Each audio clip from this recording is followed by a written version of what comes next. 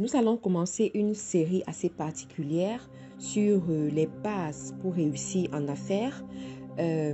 Qu'est-ce qu'il faut faire effectivement lorsque les affaires ne marchent pas? Quand on est novice dans les affaires, peut-être que ça ne marche pas ou à un moment donné, on se rend compte que ça ne marche pas.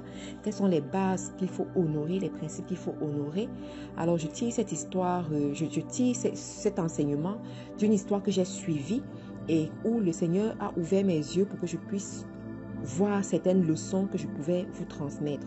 Donc, il s'agit d'un jeune qui a décidé de se lancer en affaires et a lancé un business. Je ne veux pas rentrer dans trop de détails pour ne pas indexer certaines personnes. Il a décidé de lancer une activité génératrice de revenus où il a fait des investissements de près de 7,5 millions de francs CFA dans une ville et il était très encouragé parce qu'il avait trouvé un très bon emplacement dans un carrefour très fréquenté avec beaucoup de mouvements. Il était très content. Cependant, dès l'instant où il a pris cet emplacement, il a payé pour cet emplacement, ses problèmes ont commencé. Il était tout le temps avec des problèmes, des accusations, les personnes du quartier qui se retournent contre lui. Il était victime de tribalisme même, on le chassait. Les travailleurs qui viennent travailler sur son chantier cassent les tuyaux et une fois que les tuyaux sont cassés, voilà toute la population qui n'a plus de l'eau, qui se retourne contre lui et l'attaque vraiment. De l'autre côté, il a les documents qu'il devait régulariser et lorsqu'il arrive dans l'administration pour régulariser les documents, voilà, il se retrouve encore dans les problèmes, on l'accuse de malversation, on l'accuse de tellement de choses. Il s'est rendu compte aussi qu'à côté, depuis qu'il a commencé cette activité, tout ce qu'il faisait d'autre ne marchait plus. Donc, un partenaire pouvait l'appeler pour conclure une affaire, tout est bien. Mais lorsqu'il arrive auprès de ce partenaire, quelque chose se passe et puis ça s'arrête. C'est ce qu'on appelle le syndrome de near success. But you lose it. Donc, tu es près du succès, mais tu perds tout. Tu es presque à un pas de ton succès, mais tu vas le perdre. Donc, il a vécu ça et ensuite, lui-même s'est rendu compte que ce n'est pas normal. Il s'est rendu compte que ce n'est pas normal. À un moment donné, il y a eu la sorcellerie qui est rentrée. Lorsqu'il arrive sur son espace, il voit des coris, il voit des plantes qui ont poussé en une nuit. Il voit des plantes qui ont poussé en une nuit, des choses vraiment bizarres, quoi. Et lorsqu'il m'a raconté cette histoire, je me suis dit, waouh, quand c'est comme ça, qu'est-ce qu'on fait? Et là, j'ai décidé de venir ici, de vous enseigner sur les bases pour réussir en affaires avec Dieu. Alors, la première des choses que vous devez comprendre, c'est quoi? C'est l'identité. Tu ne peux pas réussir en affaires avec Dieu. Parce que tu peux réussir en affaires avec autre chose. Mais avec Dieu, sans connaître ton identité. Il faut savoir qu'à partir du moment où tu es né de nouveau, tout est changé dans ta vie. Même le sang qui coule dans tes veines est changé, est renouvelé. C'est le sang divin qui passe. Ton histoire a changé. Ton appartenance a changé. Tu fais maintenant partie du royaume de Dieu. Tu deviens, en fait, tu es héritière. Tu es héritière dans la maison de Dieu. Et parce que tu es héritier dans la maison de Dieu, tu as des droits et des devoirs. Tu dois d'abord comprendre ça. Donc, tu as ton identité. Du fait de cette identité-là, l'ennemi ne peut pas t'attaquer. Et s'il vous plaît, écoutez très bien ce que je suis en train de dire parce que c'est là la base. Si tu ne peux pas comprendre ça, le reste, ça ne sert à rien. Donc, du fait de cette identité, l'ennemi ne peut pas t'attaquer. L'ennemi pourrait t'attaquer seulement si toi-même tu ignores qui tu es. Je vais prendre un exemple. Il y a des gens qui sont... Prenons le cas de la famille royale, n'est-ce pas? Prenons un enfant de la famille royale qui naît hors de la famille royale.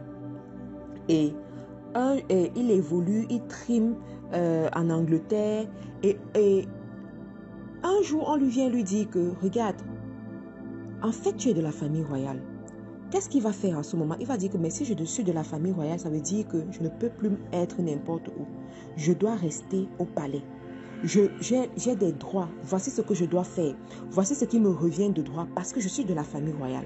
Vous comprenez? C'est pareil dans le royaume des cieux.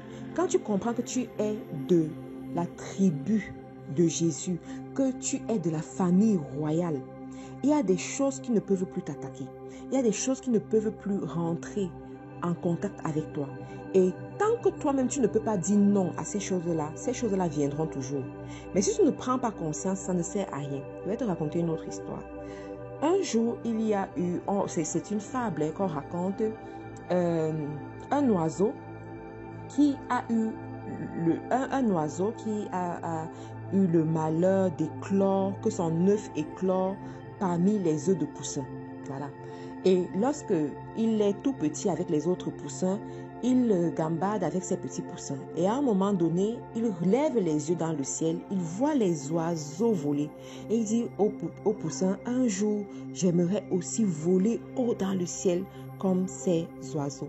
Et les poussins lui disent, mais c'est pas possible, tu es un poussin, tu ne vas jamais voler. Et directement, il se rabat, il est tout triste. Il se rabat, il est tout triste. Pourtant, il ne savait pas qu'il était en fait un oiseau. Et voilà comment sa destinée est restée cloîtrée au sol avec les poussins, tout simplement parce qu'il ignorait qui est-ce qu'il était vraiment. Et c'est ce qui se passe avec beaucoup parmi les chrétiens qui ne savent pas qui est-ce qu'ils sont et commencent à mener les mêmes combats que ceux qui ne connaissent pas leur identité. Il est inadmissible que toi, en tant qu'enfant de Dieu, l'ennemi vienne t'attaquer dans ton business et tu restes les bras croisés. Il est inadmissible que en tant qu'enfant de Dieu, tu crées une affaire, tu as fait tout ce qu'il faut, mais l'ennemi vient encore te détruire, vient encore t'attaquer parce qu'il commence toujours par ton système de pensée. Un jour, il y a un pasteur qui avait dit, l'ennemi se place derrière ton oreille. En ce moment, touche ton oreille. Donc, il se place ici, derrière ton oreille, pour te chuchoter des choses. Si tu ne sais pas qui est-ce que tu aimes et qui est-ce que tu es, et que tu n'es pas capable de dire « arrière de moi, Satan », eh bien, il restera. Il va te chuchoter des choses, ça va rentrer dans ton système de pensée, ça va créer le doute en toi. Et parce que tu auras le doute, tu ne pourras pas être ferme avec la parole de Dieu, déclarer la parole de Dieu contre ce que tu es en train de voir, contre la réalité qui se place devant toi. Et une fois qu'il t'a gagné au niveau des pensées, il va te gagner sur le plan physique. Joyce Meyer parle du combat des pensées. Le combat des pensées. Si tu ne peux pas gagner à ce niveau en brandissant ton identité devant les activités, les choses qui vont arriver, eh bien, tu vas perdre tous les combats. Donc, c'est ça la base, d'accord? Ton identité. Ensuite, quand j'ai écouté cette histoire, j'ai dit au jeune homme que, tu sais, dans la vie, il y a les principes que tu dois respecter. Quand tu montes une affaire, il y a des principes que tu dois respecter. Le premier principe, c'est la loi de la sémence. Il faut s'aimer sur la bonne terre. Et quand on parle de la bonne terre, on parle de quoi? De l'activité que tu mènes. Il y a des gens, selon les activités que vous menez, vous n'allez pas vraiment prospérer si vous êtes des enfants de Dieu. Ça veut dire quoi? Si tu es un enfant de Dieu et que tu t'engages dans les débits de boissons, il y a de fortes chances que Dieu lui-même, selon la destinée que tu veux avoir, il te mette les bâtons dans les roues pour que tu abandonnes. Pour qu'à un moment donné, tu te retractes et que tu te rendes compte que, en tant qu'enfant de Dieu, je ne peux pas aller dans ce sens parce que c'est le terrain fertile pour la perversion. C'est le terrain fertile pour l'immoralité. C'est le terrain fertile pour tout ce qui n'honore pas Dieu. Je vais créer les opportunités pour avancer le royaume de l'ennemi. Je vais créer les opportunités pour attirer le maximum de personnes en enfer parce que tu t'es engagé à ouvrir des snacks, des débits de boissons en fait. Et j'aimerais aller plus loin pour dire que vous allez voir dans les familles, si vous prenez les familles où les parents ou les grands-parents ont investi leur argent dans ce genre d'activité, vous allez voir l'immoralité constante dans les générations de cette famille. Je dis bien l'immoralité. On a les débits de boissons, les snacks, les hôtels. L'immoralité constante dans ces familles. Tu ne peux pas expliquer, mais c'est comme ça. C'est aussi de l'autre côté, les familles qui vont aller propulser le royaume de Dieu et propulser l'évangile. Tu vas voir aussi la grâce particulière dans les générations de cette famille. Tu comprends? Donc, tu dois choisir l'activité. Ça doit être une activité qui honore Dieu. Ça doit être une activité qui aide les enfants de Dieu à bien vivre. Ça ne doit pas être un champ fertile pour développer plutôt les plans de l'ennemi. Tu vois? Ensuite, dans le territoire aussi, il y a l'espace géographique dans lequel tu viens investir. Alors, on dit toujours de faire, une étude, de faire des enquêtes. On vous parle de business plan de façon physique, mais dans le monde spirituel, il y a aussi le business plan. Dans ce sens où tu ne peux pas investir dans tous les territoires. Tu ne peux pas investir dans tous les quartiers. Tu ne peux non plus investir dans tous les carrefours. Quand le jeune homme racontait son histoire, il disait que le terrain qu'il a acheté, c'est un terrain qui a passé plus de 33 ans sans être exploité. Il y avait juste une dame qui avait pris le terrain pendant plusieurs années, qui avait ouvert pris comme un conteneur, l'a mis là et puis elle exploitait. Et la bailleresse lui a dit de quitter, elle ne voulait pas quitter. La bailleresse s'est imposée pour qu'elle quitte. La bailleresse a dû déposer même une plainte, ça a causé des problèmes. Et lorsqu'elle quittait, elle n'était pas contente. Un terrain comme ça, il y a de fortes chances que cette femme, en partant, dit « Ok, si moi, je ne peux pas avoir cette place, personne d'autre n'aura plus cette place. » Tu dois comprendre ces choses-là. D'accord? Deuxième des choses, c'était un terrain, c'était un espace qui était placé dans un carrefour, dans un quartier des autochtones. Et des autochtones qui ne sont pas tolérants envers les étrangers. Vous savez, dans la vie, il faut être sage, vous comprenez? C'est pas parce que tu pries que tu vas être bête. C'est pas parce que tu pries que tu vas fermer tes yeux sur certaines choses. Quand tu mets tes pieds quelque part pour faire des investissements, tu dois réfléchir. Si tu arrives quelque part où tu as des autochtones qui ne sont pas bienveillants envers les étrangers, s'il te plaît, retrousse-toi. Retourne, repars. La Bible te dit, si tu arrives quelque part et qu'on ne t'accueille pas bien, enlève tes babouches, tu secoues la poussière et puis tu t'en vas avec ta bénédiction. C'est pareil dans les affaires. Quand tu arrives à un certain endroit et que tu te rends compte que ici, je ne suis pas le bienvenu. Ici, les étrangers ne sont pas les... Pose des questions. Ne va pas voir seulement que, ok, c'est bien, c'est beau, l'emplacement est bien, je vais aller. Non. Pose les questions aux voisins. Qu'est-ce qu'on dit par rapport à cet endroit? Qui a investi ici? Est-ce que ça a marché? Ceux qui sont dans les alentours, est-ce que ça marche? Les gens de mon origine, est-ce qu'ils investissent souvent dans un quartier comme celui-ci? Et qu'est-ce qu'ils disent? Est-ce que ça marche? Pose des questions. Ne va pas juste fermer les yeux et puis tu te lances. Pose des questions, c'est ça la sagesse. Donc le jeune garçon, il a vu le terrain, c'était bien, il est allé, il a loué sans poser les questions. C'est une fois qu'il est sur place. Regardez ce qui se passe. Une fois qu'il est sur place, certains autochtones le voient, disent que toi l'étranger, tu penses que tu vas venir prospérer chez nous, retourne chez toi. Entre-temps, d'autres autochtones viennent lui dire que tu sais, pour que tu puisses réussir ici, laisse que nous investissions avec toi. Et à l'époque, il a refusé. Il a dit, je ne veux pas, je ne vous connais pas, je ne veux pas. Ils ont souri. Ils ont dit, laisse que nous investissons avec toi. Alors, lorsque tous les problèmes sont arrivés, il s'est souvenu d'eux. Il a dit, waouh, si je savais. Si je savais. En fait, ces autochtones savaient. Ils savaient que si ils font partie de son affaire. Même s'il avait dit, ok, je vous donne juste 1%. Vous placez devant. Et moi, je suis la machine qui fait tourner l'affaire derrière. On ne me voit pas, c'est vous qu'on voit. Les choses n'allaient pas se passer pareil. Je vais vous donner un petit secret. Lorsque je vais investir dans un pays étranger, écoutez très bien ça. Lorsque je vais investir dans un pays étranger, je m'assure toujours d'avoir dans mon équipe et en plus en tête d'équipe les autochtones de ce pays. Les autochtones de ce pays, les natifs de ce pays. Toujours, même quand je dois faire les recrutements, vous allez dire que c'est la discrimination, appelez ça comme vous voulez, c'est être sage. C'est être sage parce que je sais ce que ça représente dans le monde spirituel. Donc, une fois quand je fais ça, je sais que s'il y a un problème, cette personne, ces gens ne vont pas lui faire du mal. Vous comprenez? Ces gens, à un moment donné, vont dire qu'elle est des nôtres. On ne peut pas lui faire du mal. Ou même quand ils seront en train de vouloir comploter, elle saura. C'est pour cela que vous devez bien traiter les gens qui travaillent avec vous. Parce que le monde des affaires, c'est un monde de loups. Donc, il n'a pas compris et voilà ce qui s'est passé.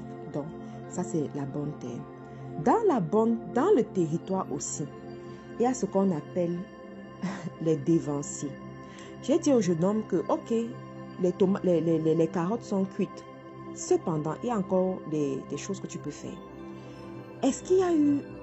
Il y a certainement eu des gens qui t'ont introduit dans ce genre de business. Il y a certainement des gens qui t'ont amené jusqu'au niveau où tu es. Ces personnes-là sont où? On les appelle les dévanciers. Ces personnes-là, va les voir et va les honorer et demande-leur de parler sur ton business. Parce qu'on dit les hauts grands mots, les grands remèdes. Il m'a regardé. Je lui ai dit, est-ce que ces personnes existent? Il me dit oui. Je dis, va les voir, tu les honores. Et l'honneur, ce n'est pas le « Oh, tu es mon mentor, oh, je t'aime beaucoup, oh, non, non, non, non, non, c'est pas ça l'honneur. C'est pas ça l'honneur. L'honneur, Jacob a honoré son père Isaac. Son père a dit, apporte-moi le gibier, que je mange, que mon cœur se réjouisse et que je te bénisse. C'est ça l'honneur. Tu viens avec une offrande, tu viens avec quelque chose. Tu ne vas pas bras ballants et juste avec des paroles mielleuses. Parce que tout le monde peut dire des paroles mielleuses. Donc je lui ai dit, vas-y, tu vas honorer cette dévanciers. Ensuite, dans le territoire, il y a ce qu'on appelle les défavorisés porteurs de grâce. Les défavorisés porteurs de grâce. C'est qui les défavorisés porteurs de grâce? La veuve et l'orphelin. Tu ne peux pas venir investir quelque part, vouloir manger les meilleurs fruits de ce territoire, vouloir puiser l'or et l'argent, le lait et le miel dans ce territoire sans redistribuer aux nécessiteux porteurs de gloire que sont la veuve et l'orphelin. Ça, c'est l'un de mes principes dans les affaires. À chaque fois que je dois investir dans un territoire, je localise toujours un orphelinat. Toujours un orphelinat. Et je sème dans cet orphelinat. Et je prends la peine de leur dire que je suis une femme d'affaires. Je transmets mon message parce que je suis pas... Non, je fais les affaires avec sagesse. Et j'ai appris à me rendre enseignable. Ce sont les choses que mes pères m'ont enseignées. Mes dévanciers m'ont enseigné et j'ai appris à les appliquer. Vous comprenez? Et c'est ce que je suis en train de vous enseigner encore aujourd'hui. Donc, je respecte ça. On fera peut-être, parce que ça prend beaucoup de temps, on fera peut-être d'autres enseignements où je vais d'autres masterclass dans FDE où je vais vous enseigner ça, ou alors à la conférence. À la conférence, je prendrai le temps de vous enseigner ça à la conférence. Donc, la veuve et l'orphelin. Et chez la veuve et l'orphelin, je ne prends pas le temps c'est pas juste une fois en passant. Il y a une discipline que j'ai instaurée et que j'ai transmise à toutes mes mentisses. Toutes mes mentisses. Chaque mois, tu dois honorer. Parce que chaque mois, tu t'attends à avoir un chiffre d'affaires dans ton business. Chaque mois, tu t'attends à avoir des bénédictions dans ton business. Donc, chaque mois, le territoire, les nécessiteux porteurs de grâce de ce territoire doivent manger de ta semence, doivent manger de ton argent et parler en ta faveur. Tout se négocie dans le monde spirituel avant d'être dans le monde physique. Tant que tu ne peux pas comprendre ces choses dans les affaires, tu vas mener les faux combats pour rien.